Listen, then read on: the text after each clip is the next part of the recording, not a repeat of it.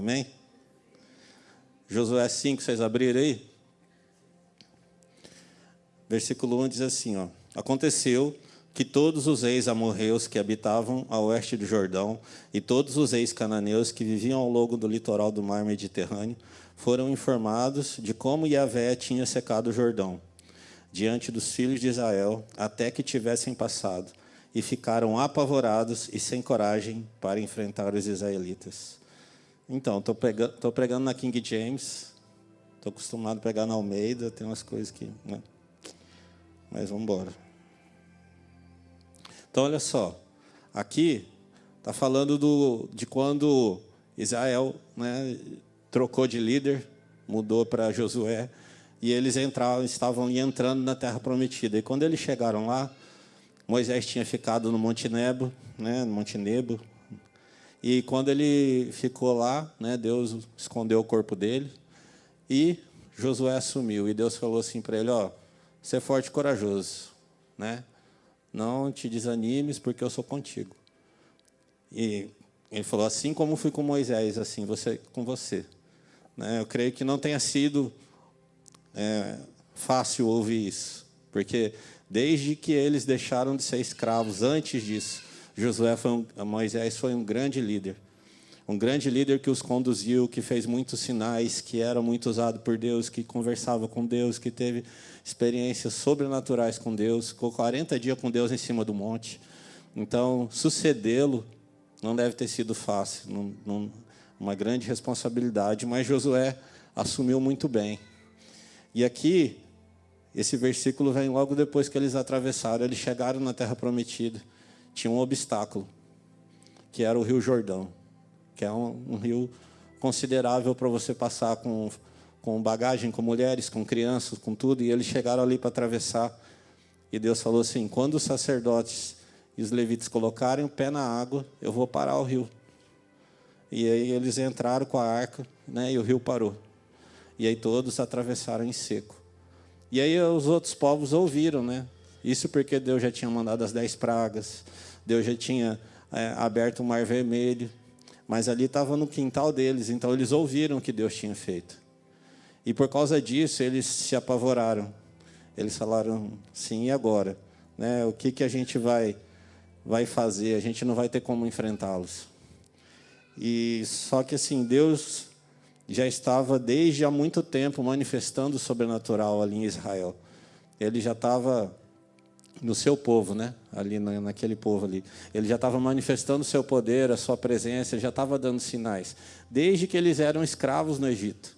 Porque quando eles estavam lá no Egito servindo como escravos, como servos lá, fazendo barro, tijolo de barro, juntando palha, fazendo tudo aquilo ali, Deus começou a manifestar o sobrenatural dele lá mesmo. Né? Porque as 10 pragas eram Deus manifestando, Deus exercendo juízo sobre os deuses do Egito. Então, ele já estava manifestando o seu poder lá. Ele já estava derramando o sobrenatural ali, mesmo eles sendo cativos. Então, esse sobrenatural não tem a ver com a gente, tem a ver com Deus. Não é só... Claro que tem a ver com a gente, né? Porque nos toca. Mas, assim, é da parte de Deus. É Deus que decide, é Deus que começa um tempo. O povo ficou 430 anos no Egito, sem nenhum sinal, sem nada. Um dia o povo começou a orar, começou a clamar, porque havia uma promessa. Deus disse a Abraão que a sua descendência seria peregrina em terra estranha por 400 anos. E já fazia 430 que eles estavam no Egito. E alguém se lembrou dessa palavra e falou assim, nós temos que orar, porque está difícil aqui. E Deus falou que seriam 400. E já estamos no 430. E eles começaram a orar, e então Deus moveu a sua mão e fez tudo o que Ele fez. Amém? E depois que isso aconteceu, depois que que esse povo começou a se amedrontar, Deus chegou e falou assim, Josué, faz faca de pederneira. Pederneira é uma pedra, que se você corta ela e afia, ela fica como uma faca. Né? E aí eles fizeram, Josué começou a fazer facas e circuncida todo o povo, porque a circuncisão é um sinal de aliança. Amém? Desde os dias lá de Abraão, Deus falou assim, olha só, todo aquele que for nascido dentro da tua casa tem que ser circuncidado. Por quê? Porque esse é um sinal de aliança entre eu e meu povo. Eu e todos que são do meu povo, todo homem, todo varão, tem que ser circuncidado. Todo mundo sabe que é circuncidado? Glória a Deus. Muito obrigado. Eu não saberia como explicar. Amém? Se alguém não sabe, dói. Amém? Mas todo varão deveria ser circuncidado, né? Então, assim, quando eles saíram do Egito, Deus mandou Moisés circuncidar a todos os homens, né? E todos eles se circuncidaram.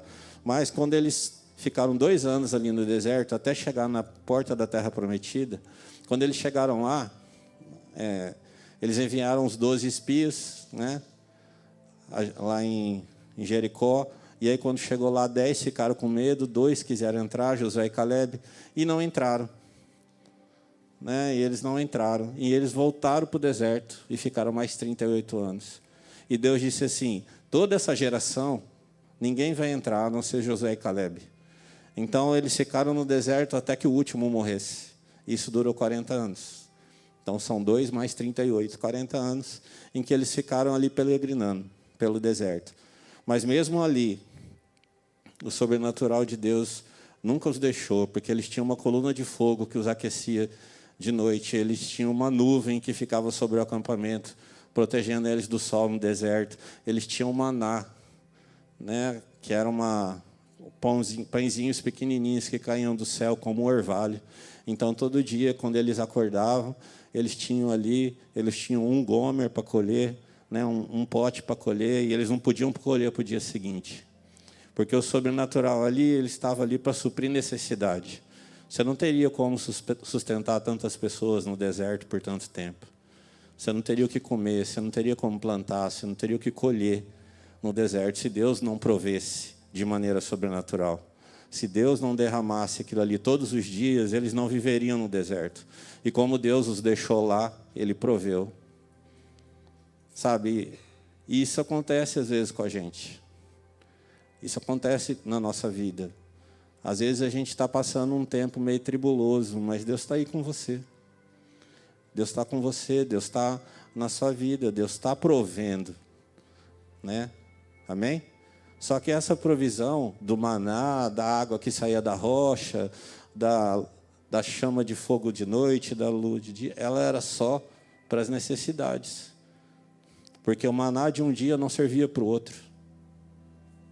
Era só o que precisava. Era só o que precisava. Quem aqui nunca passou por isso? Quem aqui não passou pelos dias do conta-gota? Né? Daquilo ali, ó, vivendo pela fé, caminhando, basta cada dia o seu mal. Cada dia o seu mal. Então, vamos viver hoje. Vamos caminhar hoje. Amanhã Deus proverá. Amanhã Deus proverá. Então, eles estavam assim ali no deserto. Deus provendo, mas somente as necessidades. E aí eles ficaram ali até que o último deles morreu, né? E então todos esses homens que morreram, eles estavam circuncidados. Toda essa geração, ela tinha feito uma aliança com Deus. A aliança era feita na circuncisão. Era um sinal físico de uma aliança espiritual. Amém? Só que eles morreram. E esses novos que estavam ali, esses homens que vieram, porque todos esses que Deus falou que iam morrer, eram os que tinham acima de 20, na época da primeira ida à Terra Prometida. Porque você só pode entrar no exército se você tiver mais de 20 anos. Né? Você só podia ser um soldado em Israel se você tivesse acima de 20. Então, todos os homens que pertenciam, né, que não quiseram, que temeram, foram responsabilizados e não entraram. Morreram no deserto. Amém? Só que se levantou uma outra geração. Essa geração, quando ela vem, Deus fala: circuncida eles, Josué. Circuncida eles, porque para eu abençoar, para eu lutar, para eu ir adiante de vocês, a gente tem que ter aliança. Vocês têm que ter essa marca física de uma aliança espiritual. Isso tem que estar na carne de vocês.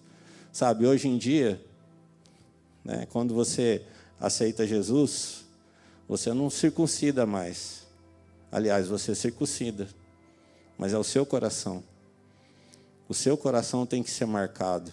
Seu coração tem que ter uma aliança com Jesus. Essa marca não é mais, né, circuncisão. Vocês entenderam? Não é mais, né? Não é mais. Mas continua sendo uma circuncisão, continua sendo uma aliança, continua sendo algo entre Deus e o seu povo. Essa aliança, ela tem um dono, né? Um porquê, que é Jesus. É o sangue que Ele derramou. O corte não foi feito em você, foi o sangue dele. Ele derramou o sangue de uma vez por todas, por todos nós. E a gente não precisa mais derramar sangue. A gente não precisa mais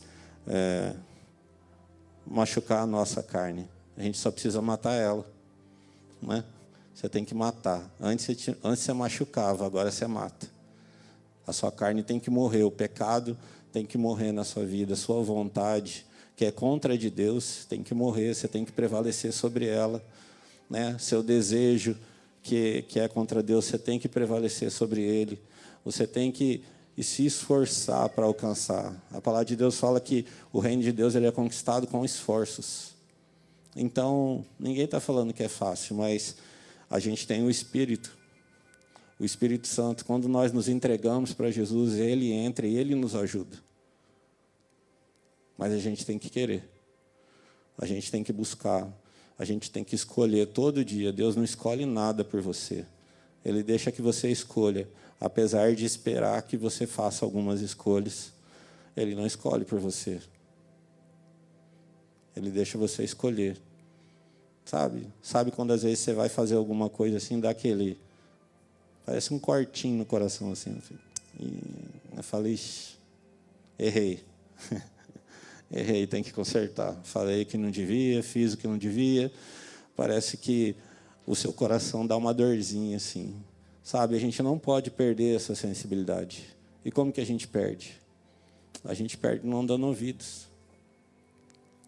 Quando o Espírito Santo começa a falar com você que ele te constrange por causa de alguma coisa, faça o que ele quer.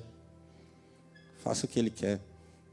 Porque se você não faz, ele vai falar de novo, e vai chegar uma hora que ele vai falar assim, tá bom.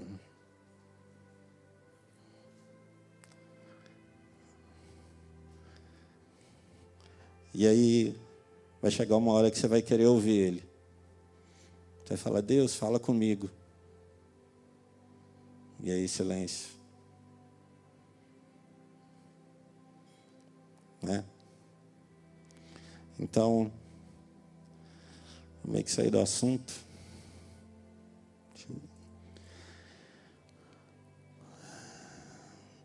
Quando eles foram circuncidados, Deus disse assim, hoje eu removi o opróbrio ou a humilhação do Egito de sobre vocês. Então, fazia 40 anos que eles tinham saído do deserto. E eles ainda estavam carregando humilhação. Eles ainda estavam passando por coisas.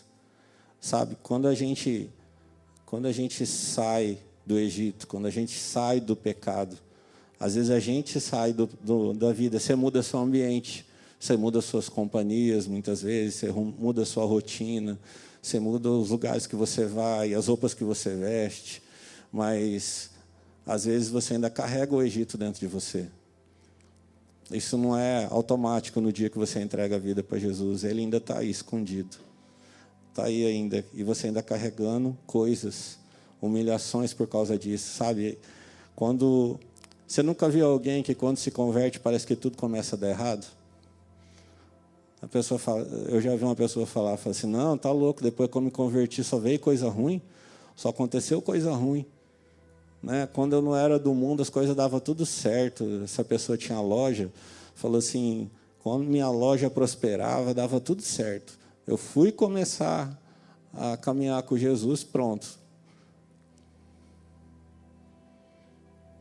tudo começou a dar errado. É porque Deus tem que remover o Egito de dentro de você e de mim. Sabe, você imagina um povo que viveu 400 anos no Egito. Você acha que alguém tinha 400 anos de idade? Todo mundo que estava ali nunca tinha vivido em outro lugar. Assim como eu e você, quando se convertemos, nunca tinha... Às vezes, quando primeira vez que eu fui na igreja, que eu me converti, eu nunca tinha entrado antes. A gente não sabe como que é. E aí um cara que viveu noite e dia, dia e noite, sua vida inteira no Egito, de repente chega um cara e fala, o nosso Deus veio nos tirar daqui e tira eles de lá e leva eles para o deserto. E eles ficam ali sofrendo, sendo providos sobrenaturalmente, Deus ali sustentando as suas necessidades, mas eles ali, né? Por quê? Porque o Egito tinha que sair de dentro deles, eles tinham que reaprender tudo. Eles tinham que quebrar, tirar os hábitos, tirar tudo que tinha sido impregnado dentro deles. E quando a gente vem para Jesus, isso não pode ser diferente. O Egito tem que sair de dentro de você. Você não pode carregar seus velhos hábitos. Você não pode carregar seus pecados de estimação. Tem que haver santificação. Tem que haver transformação. Tem que haver arrependimento. Sabe, quando a gente lê a palavra, a gente vê algo e a gente fala assim, cara, isso é pecado e eu pratico. E eu não posso falar assim, ah, tá bom, vou andar com isso. Você tem que se arrepender. Amém? Todo mundo sabe disso, né? Todo mundo faz isso. Faz? Não adianta a gente saber e não fazer. Não adianta a gente ter lido, saber o versículo, até onde está o endereço, o versículo, o capítulo, o livro, e não viver.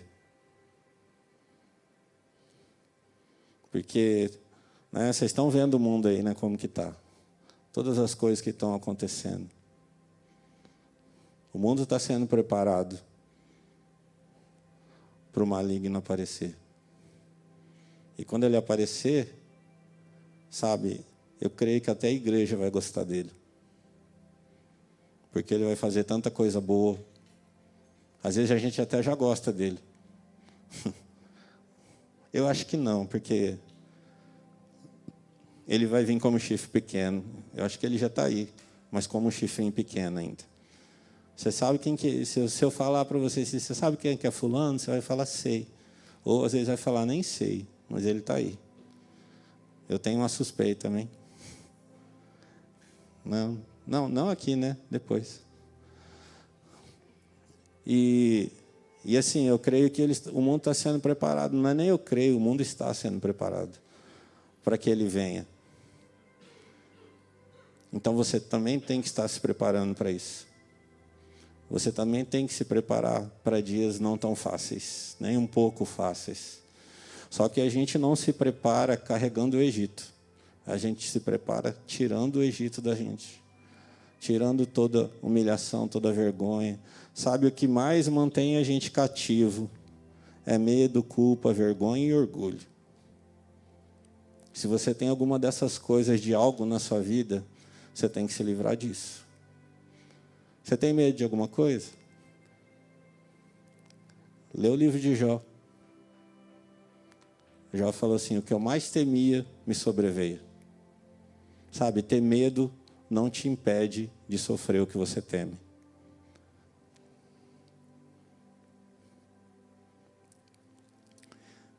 Você se sente culpado? Né? Vai para Deus. Fala com Ele. Tem vergonha de algo que você fez ou que fizeram com você? Deus pode te curar. Tem orgulho? Como que eu vou contar? Como que eu vou falar? Eu prego, eu canto, eu danço, eu toco. Se eu contar, vão me tirar. Eu não vou contar, as pessoas acham que eu sou um crente. Eu não vou contar, sabe? Isso é um engano. Teve uma mulher que foi levada na frente de Jesus falando que ela foi pega em flagrante adultério. O que eles deveriam fazer? A lei de Moisés fala que ela tem que ser apedrejada. Jesus falou, quem que aqui nunca pecou? Pode tacar a primeira pedra. Todos nós pecamos, irmão. Todos nós pecamos. Ninguém aqui tem o direito de falar para você assim, você é um pecador. Claro. Às vezes a gente colhe alguma consequência do nosso pecado. Mas o mais importante é se livrar dele. É ser livre. É tirar o opróbrio do Egito da sua vida. A humilhação que às vezes você passa por coisas que você viveu. As consequências do que a gente carrega. E a gente só vive isso se purificando, se limpando, confessando, santificando. Amém? Depois que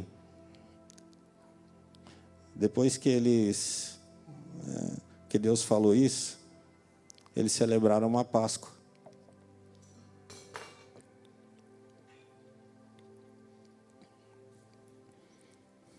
Eles celebraram a Páscoa, né?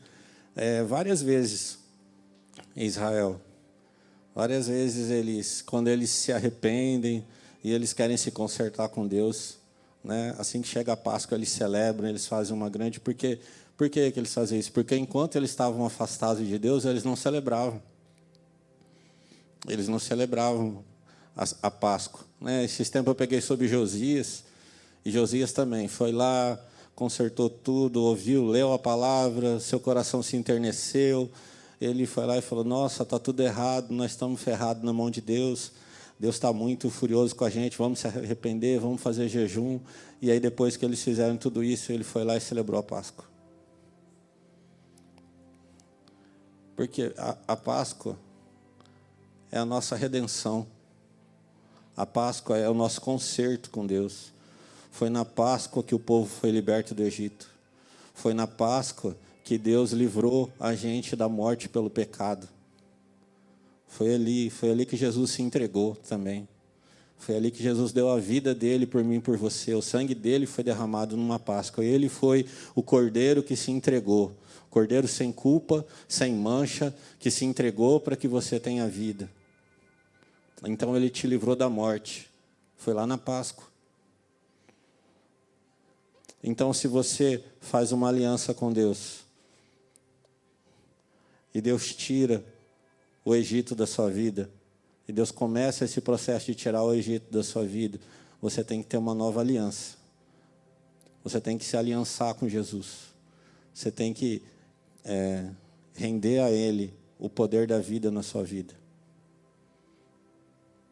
Você entende?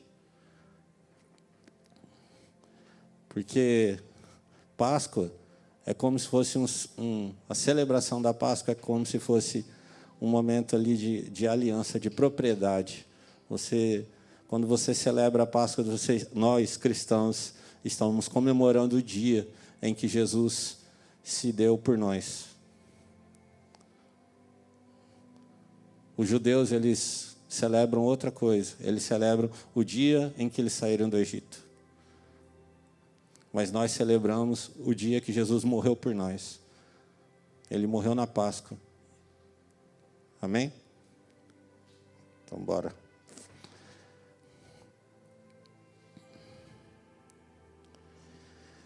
Uma coisa aconteceu também, depois que eles celebraram a Páscoa, eles começaram a comer o fruto. Os frutos ali, né? Vocês se lembram que quando o povo eles estavam espiando, eles falavam, rapaz, os frutos é uma terra que mana leite e mel, tem cacho de uva do tamanho de um homem, os frutos são maravilhosos. E eles não entraram. 40 anos depois, 38 anos depois, quando eles voltaram,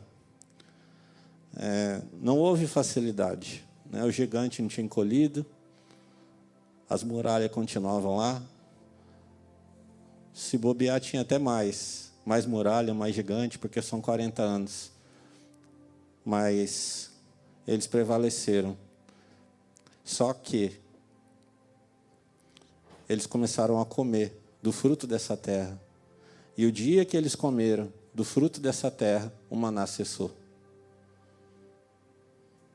Porque, como eu te falei, o maná era para prover na necessidade, mas agora eles entraram na terra prometida. Eles entraram naquilo que Deus havia falado a Abraão há muitos anos. E quando eles entraram ali, eles estavam provando disso. Estavam provando da promessa.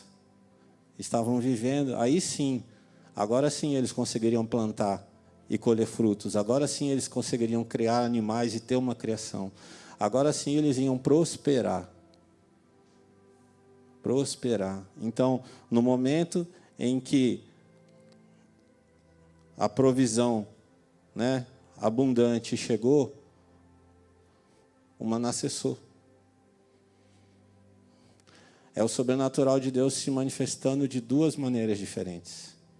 Um no tempo da escassez, um no tempo da escravidão, no tempo do deserto, e o outro no tempo da promessa. Mas Deus sempre vai manifestar o sobrenatural dele na sua vida. Deus sempre pode fazer o sobrenatural dele na sua vida. Sabe, sobrenatural por quê? Porque os caras saíram do Egito de maneira sobrenatural. Né? Não havia no mundo ninguém que pudesse tirá-los de lá. Não haveria quem pudesse, naquele tempo, enfrentar os egípcios para falar, liberta Israel. Teria que ser algo de Deus, teria que ser uma manifestação sobrenatural. Depois de tudo que Deus fez, eles saíram, o mar se abriu. Depois que o mar se abriu, o Jordão se abriu. Depois que o Jordão se abriu, Deus falou assim, agora você vai lá em Jericó, vai lá, rodeia a cidade, 6 dias seguidos. E no 7º dia, 7 sacerdotes vão na frente, levando a arca da aliança, e vocês vão dar 7 voltas, e quando vocês terminarem as 7 voltas, vocês vão dar um grito, e a muralha vai cair. Isso é natural? Você acha que é a frequência do grito? A muralha não é de cristal, né? A muralha é de rocha, a muralha é de pedra, e ela caiu com gritos. Você crê que está escrito na Bíblia? Hã? Então, uma muralha que era intransponível caiu com gritos. Isso não é coisa natural. Isso não é. E depois que a muralha caiu e eles tomaram a cidade, aí sim que os povos, os amorreus, os cananeus, que eram os habitantes daquela terra, aí sim que eles temeram. Porque o primeiro desafio era logo o maior de todos. Era a cidade mais fortificada. Era uma cidade que era totalmente cheia de muralhas e que não teria como entrar. Mas eles conseguiram entrar. Então, se Jericó caiu, e as outras que não tinham tanta defesa? E as outras que não tinham tanta fortaleza para se defender? As outras também temeram. Só que, sabe o que aconteceu? Eles foram para Ai, uma cidadezinha. E ele mandou 2 espias lá também. E os caras chegaram lá e voltaram para Josué e falaram assim, Josué, nem cansa o exército. Manda 2.500, 3.000 caras lá e... cidadezinha, Josué.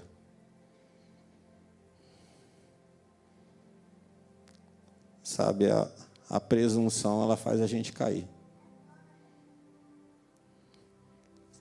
Não presuma que você é santo. Não presuma que você suporta, que você aguenta a tentação. Não presuma que você não vai errar.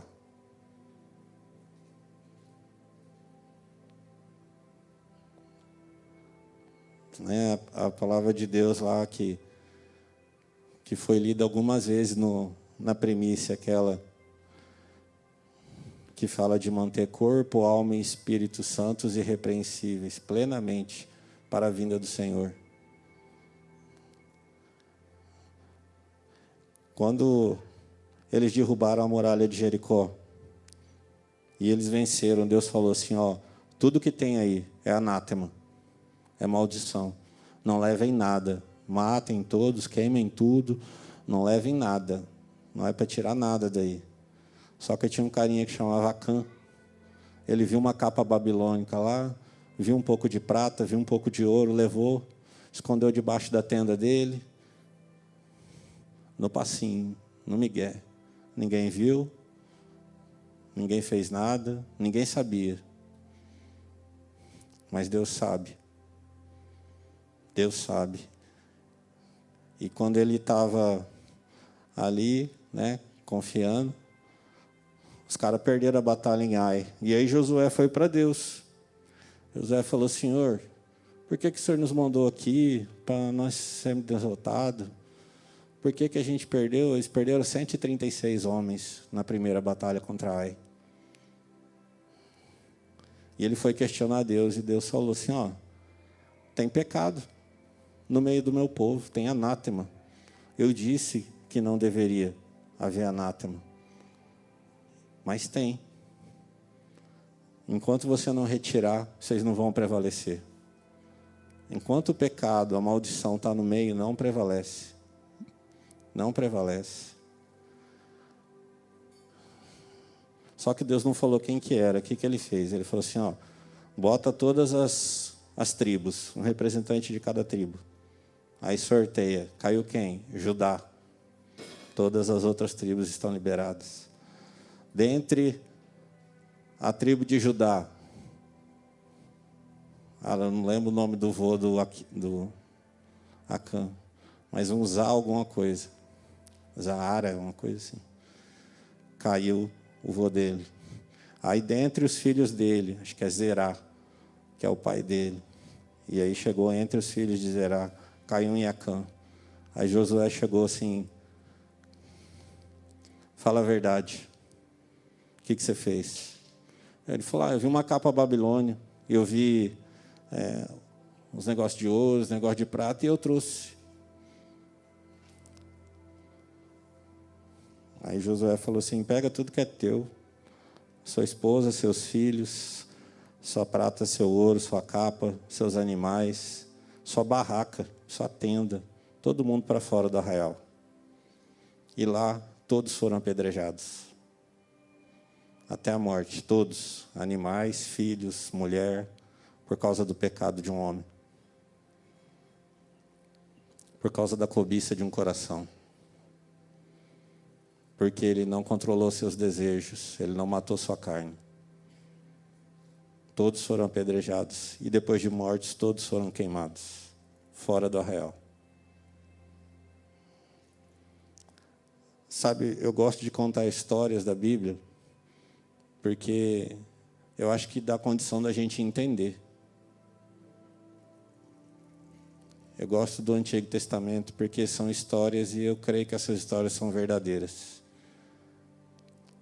E se a gente ouve a história, a gente pode se colocar dentro dela.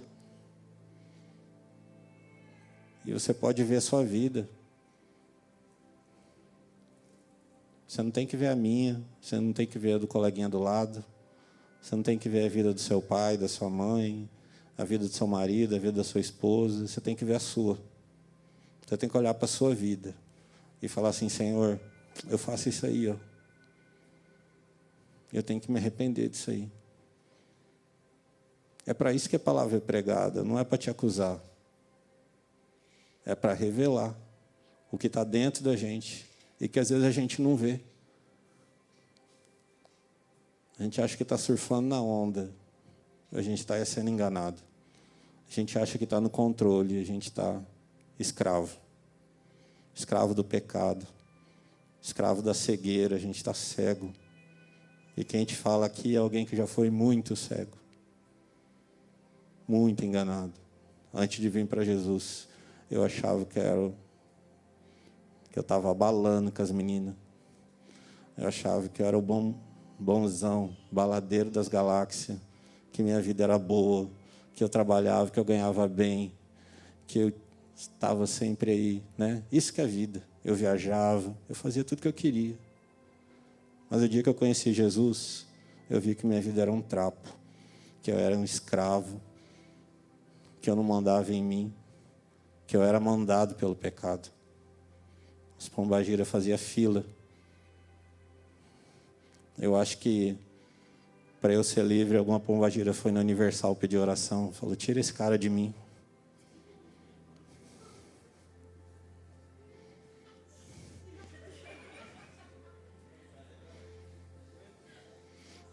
pombagira falou, eu não durmo, não tem um dia que ele dorme.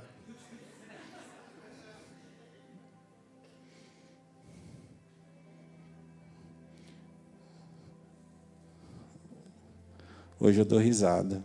Graças a Deus, sou muito feliz. É uma vida que eu tenho, amo tudo que Jesus fez em mim. Eu já falei aqui, Deus deu sentido para a minha vida. Deus deu sentido. Eu nem sabia que a vida tinha sentido. Eu nem sabia para quê que. Para que a gente nasce? Para quê? Para que Deus coloca uma pessoa na terra?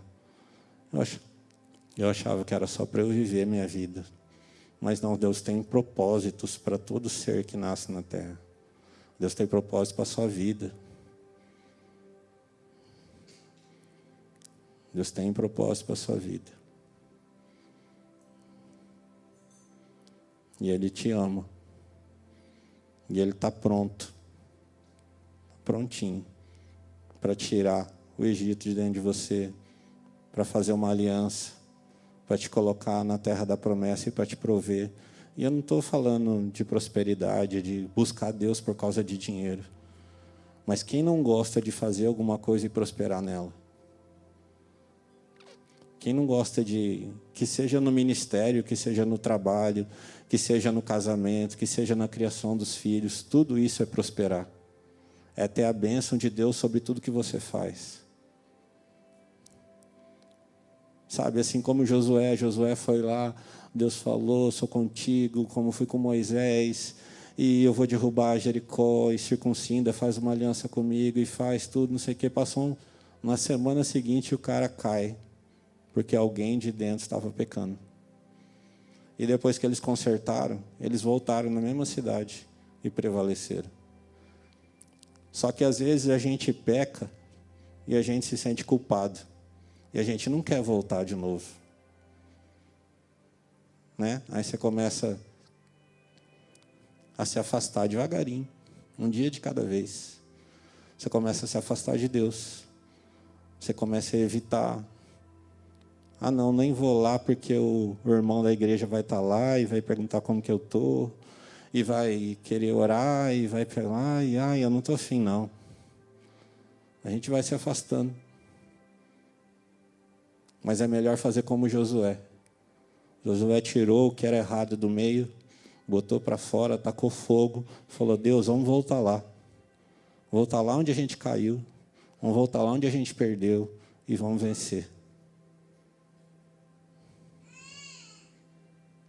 Vamos prevalecer. Porque eu me arrependi.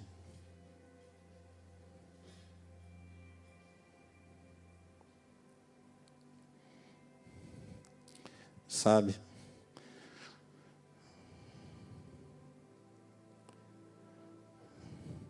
Depois disso,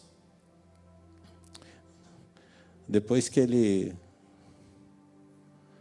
Antes dele ir para Jericó, aliás, teve uma passagem que eu esqueci de comentar. Que ele estava lá, depois da circuncisão, depois que Deus falou da humilhação no Egito, ele estava lá e ele viu um varão com a espada nua. É espada assim, né? Fora da bainha. E ele chegou e falou assim, tu é dos nossos ou é contra nós? O cara falou assim, nenhum dos dois. Eu sou o príncipe do exército do Senhor. Aí o cara se ajoelhou, Josué, e falou, fala, meu senhor. Ele falou assim, ó.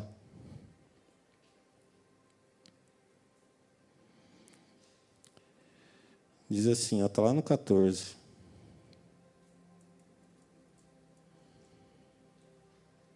Não sou dos seus, nem pelejo contra ti. Venho com a responsabilidade de comandante do exército do Senhor. Então Josué prostrou-se, com o rosto rente à terra, em sinal de reverência. Ele indagou, que mensagem o meu Senhor tem para seu servo? O servo do exército do Senhor respondeu a Josué, descalça as sandálias dos teus pés, porque o lugar em que pisas é santo. E assim procedeu. Então, sabe, quando a gente está caminhando com Deus, a gente tem que caminhar em santidade. santidade, humildade. Josué se prostrou diante de Deus. Josué tirou suas sandálias diante de Deus. Tirar sandálias fala de humildade, de reconhecer quem é Deus. Se você não reconhece Deus como autoridade na sua vida, você não está andando com Ele. Se a vontade de Deus não prevalece sobre a sua, você não está andando com Ele.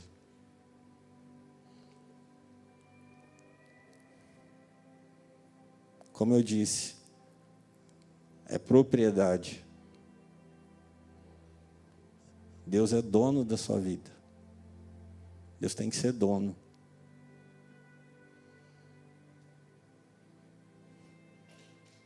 Ele não pode ser um conselheiro, né?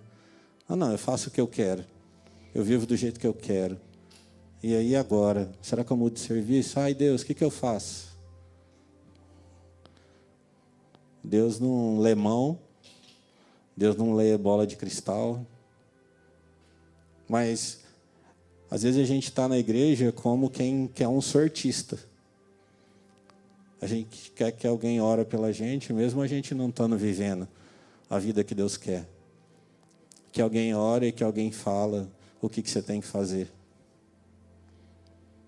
Às vezes a gente espera que Deus concorde com a gente num relacionamento que Ele não quer.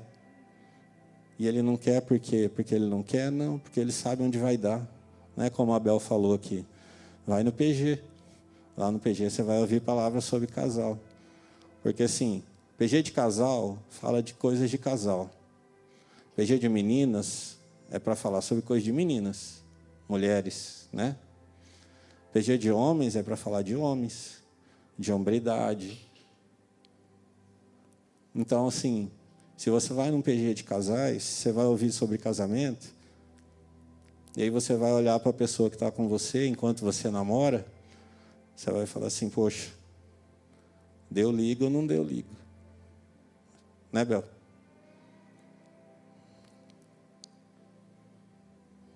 Mas é bom você ouvir. É bom ser ministrado. É bom entender. Porque é uma coisa que até a gente viver, a gente nunca viveu, né?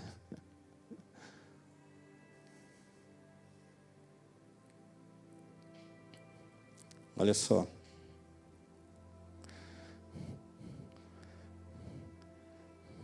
O dia que a gente estava lá orando, Deus falou muito forte sobre esse lance do sobrenatural comigo e continuou falando. Continuou falando. Então, se você quer que a sua vida tenha um favor sobrenatural de Deus, se você quer ver, assim como esse povo ficou vendo, né, os sinais sobrenaturais de Deus ali, ó, né? Deus fazendo sobrenatural.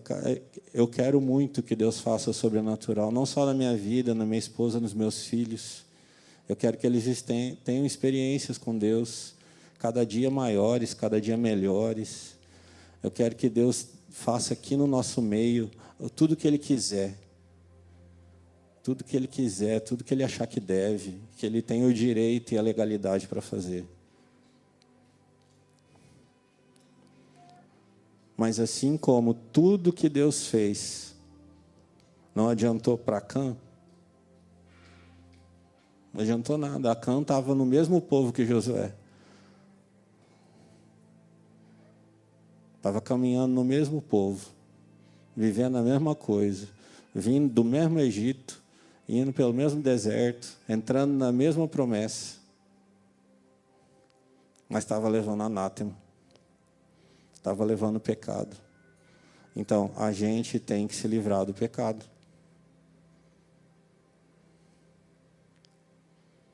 A gente tem que se livrar do pecado. E o pecado, a Bíblia fala que ele vem de um desejo da nossa carne. Né? A Bíblia fala assim, Deus a ninguém tenta e por ninguém é tentado. Mas o homem, quando peca, ele é atraído e engodado pela sua própria concupiscência. E o pecado sendo concebido gera morte.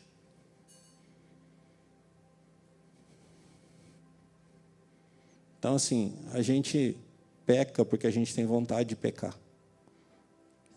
E por que um peca diferente do outro? Porque cada um tem sua concupiscência.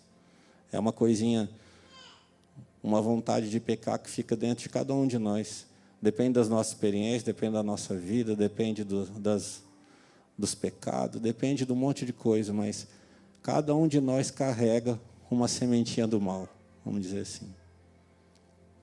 E aí você pode ficar o resto da sua vida lutando com isso. Você pode ficar sempre ali, não, ó, estou orando, estou jejuando, estou. Ou você pode fazer algo que é mais fácil e que eu prefiro, que é confessar. É chegar assim e falar, ó, é o seguinte, esse é meu pecado.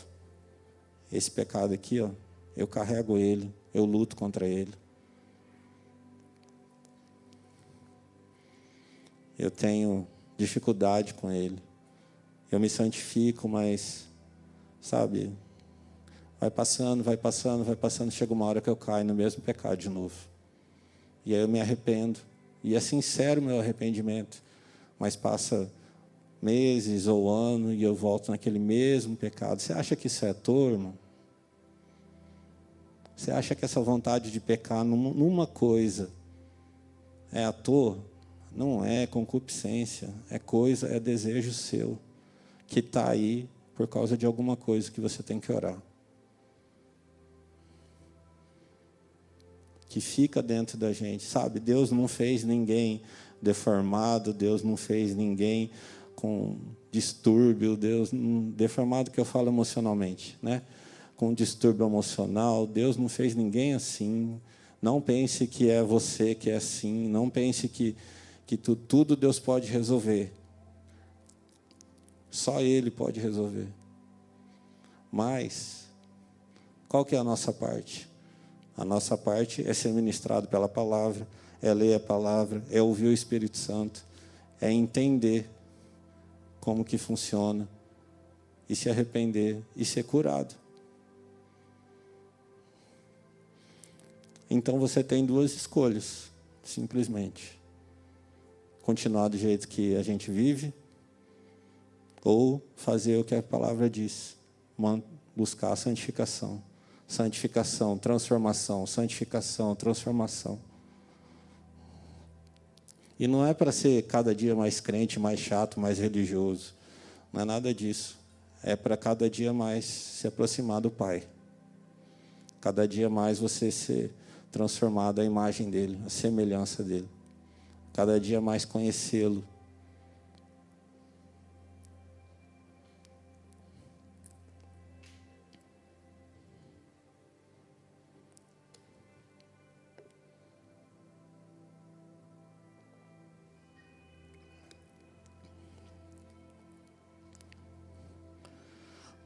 Então, vamos resumir.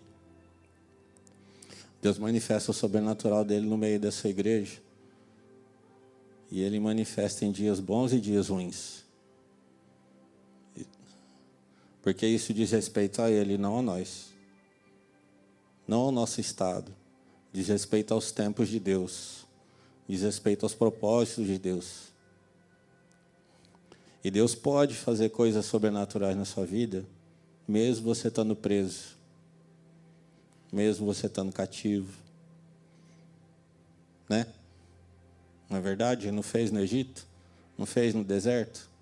Não mostrou a fidelidade dele? Porque Deus é fiel. Deus é o fiel ao que Ele fala. Deus faz o que Ele disse que ia fazer. Ele não muda. Quem muda somos nós. Só que o fato de Deus manifestar o sobrenatural dele, isso não quer dizer que a gente não tem que ter aliança. Que a gente não tem que se comprometer. Porque Deus falou assim, circuncide a todos, antes que a gente vá contra Jericó. Antes de entrar na guerra, antes de conquistar, circuncida. Faz aliança. Faz aliança com Deus.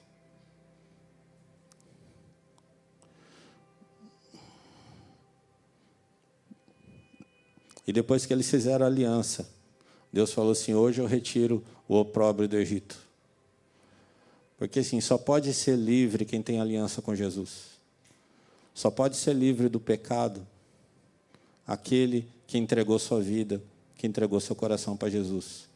Quem não faz isso de verdade não é livre. E mesmo essa liberdade que acontece, ela não é instantânea.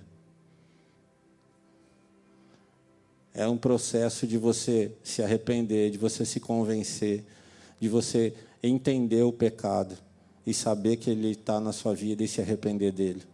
E isso é de glória em glória, de dia em dia.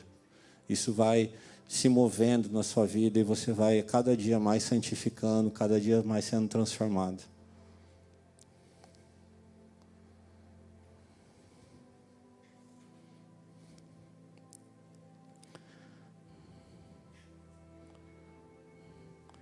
Sabe, a palavra tem poder. E Josué, ele falava assim, ó, o nosso Deus, eu não sei vocês, mas eu e minha casa serviremos ao Senhor. Eu não sei o que vocês vão fazer, mas eu e minha casa serviremos ao Senhor.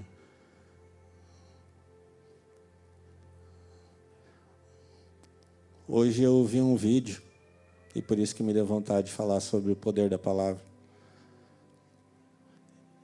E esse vídeo falava sobre isso.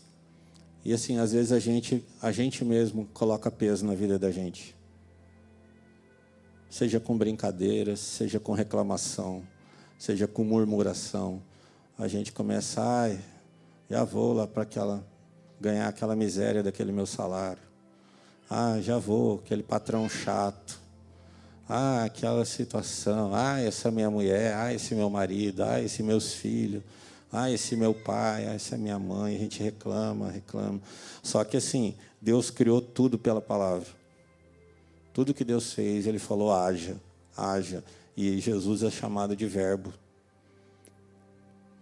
E nós somos a imagem e semelhança de Deus. Então, a tua palavra em Cristo, você que é cristão, ela tem muito poder. E a gente tem que aprender. Né? Hoje eu falei um negócio lá na frente da lei, eu falei, não, está amarrado, está repreendido. Porque às vezes a gente tem mania. A gente tem a mania de falar da gente ou da vida da gente reclamando. E isso já traz maldição para a sua vida. Então, primeiro de tudo, a gente tem que agradecer. Né? Eu orando, eu faço certo, mas eu falando, eu erro. Quando eu vou orar, eu falo, Pai, em nome de Jesus, obrigado, Deus. Obrigado por o Senhor ter ido me buscar lá fora, quando eu estava no Egito. Toda vez eu falo, obrigado por ter me tirado de lá, Senhor. Obrigado, minha vida não tinha sentido, minha vida não tinha propósito. Obrigado por ter tirado aquele vazio que ficava no meu coração, que eu não conseguia nem ficar em casa. Eu era inquieto. E eu achava que eu era livre. Mas era só vazio. Era só um vazio que eu tinha que preencher todo dia. Não é que nem um viciado em droga que todo dia tem que dar seu tapinha. Eu não, eu tinha que sair. Meu vazio era outro. Eu preenchia de outro jeito. Mas era vazio. Então eu agradeço a Deus, porque Ele preencheu minha vida. Ainda preenche, eu espero que preencha mais. Eu falo para Ele, Deus, eu quero que o Senhor faça mais, que o Senhor tome mais lugar. Né? Agradeço pela minha esposa, pelos meus filhos, pela minha casa, pela igreja, pelo trabalho, pela profissão. Agradeço pela saúde, pela provisão. Agradeço. Depois, se der tempo, eu oro. Mas, às vezes, quando a gente não está orando, que a gente está no automático, aí a gente reclama. A gente murmura. Aí a gente fala assim, não. Segunda-feira, vou lá. Né? As professoras, vou lá, aquelas crianças danadas. Vou lá hoje, meia hora naquelas crianças. Ficar na salinha.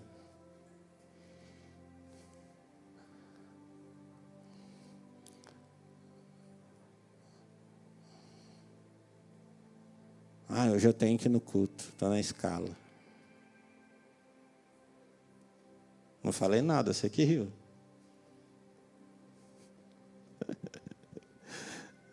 Glória a Deus.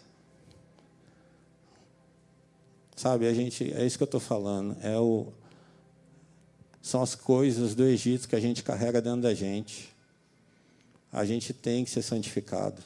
A gente tem que ser livre dessas coisas. A nossa boca só pode verter água boa, não água amarga.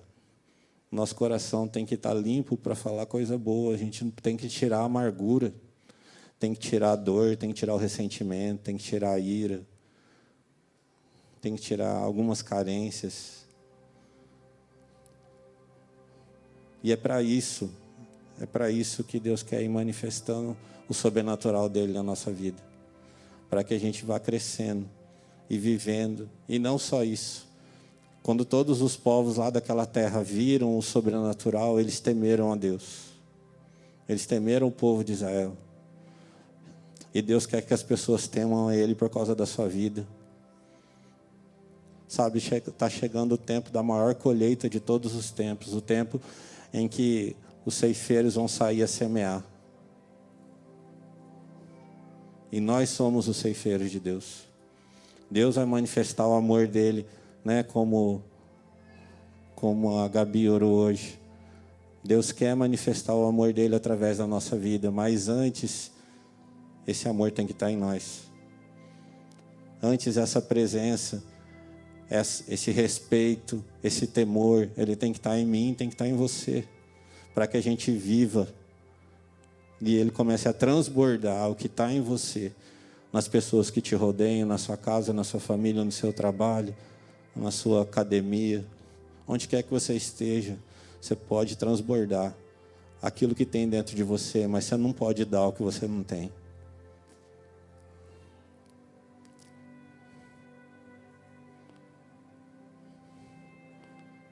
Se a sua garrafa está vazia, se alguém pedir água para você, você vai falar, não tem. Acabou. A Bíblia fala sobre 10 noivas que estavam esperando o noivo. E 5 eram prudentes e 5 eram imprudentes. As 5 prudentes guardaram óleo, guardaram azeite. E as 5 imprudentes deixaram acabar. Quando veio o noivo, as 5 que tinham óleo, ele veio à meia-noite. As 5 que tinham azeite iluminaram seu caminho e conseguiram entrar. As outras 5 ficaram perdidas. Aí que foram atrás do azeite. E elas falaram para as que tinham, me dá azeite aí. E a outra falou, rapaz, não é assim não, eu tenho que ir atrás do noivo. Você não guardou o seu. Então guarde azeite, ajunte azeite, multiplique seu azeite, multiplique a unção de Deus na sua vida, multiplique o amor de Deus na sua vida, guarde o seu coração, viva para Jesus. Sabe, aqui na nossa igreja tem um lema, viva todos os dias da sua vida por causa daquele dia. Vai haver um dia em que Jesus vai voltar, seja você pré-tribulacionista, meso, pós, ou que nem eu, que não é nenhum dos 3, seja o que for, um dia a gente vai ter esse encontro. Então não deixa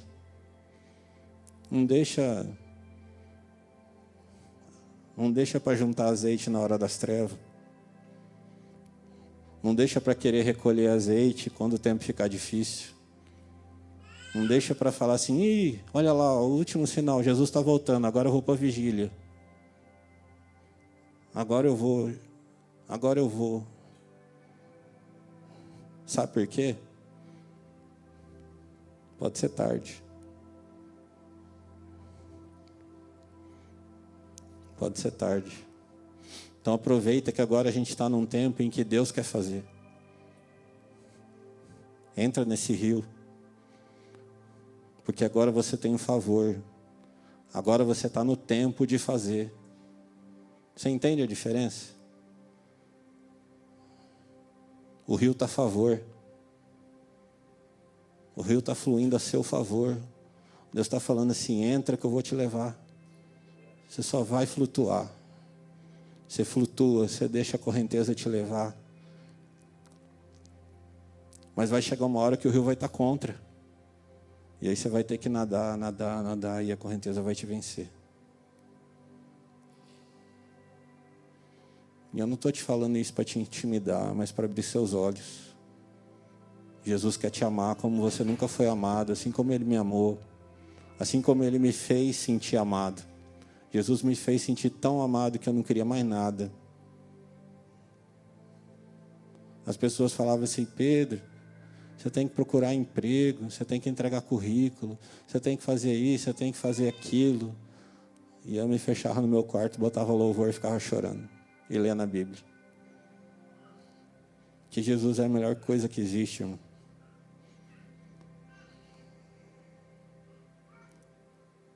Mas seu coração tem que ser circuncidado. Seu coração tem que fazer aliança com Ele. Seu coração tem que ser tocado por Ele. Ele tem que marcar você. Ele tem que te marcar. Se o seu coração não está marcado, então não desista. Fala para Ele, fala, Deus, eu quero viver isso aí. Eu quero viver esse sobrenatural, mas não só, sabe, experiências. Eu quero viver o sobrenatural do Teu amor. Que o Teu amor é mais do que o amor natural. A palavra de Deus diz que ainda que uma mãe esqueça do filho que ainda mama, todavia eu nunca me esquecerei de Ti. Sabe, o amor dele é muito maior do que qualquer amor que existe.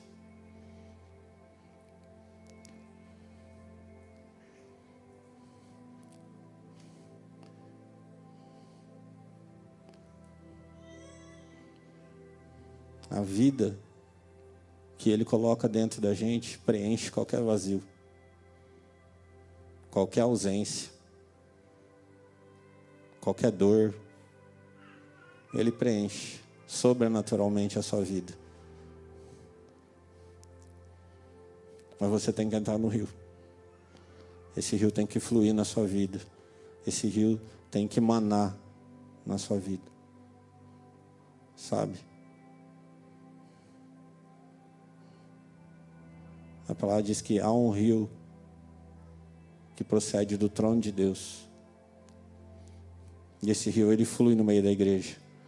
Ele flui no meio da igreja. E o que a gente não pode fazer é ficar em pé na margem. Olhar, ver tudo o que está acontecendo, mas se sentir como se não estivesse participando. Olhar, ver o rio passar, ver o rio regar, ver as coisas brotando, ver os peixes nadando, os irmãos boiando, e eu só de fora. Eu só olhando, eu só vendo. Você tem que viver. Você tem que ser molhado. Você tem que ser encharcado por esse rio.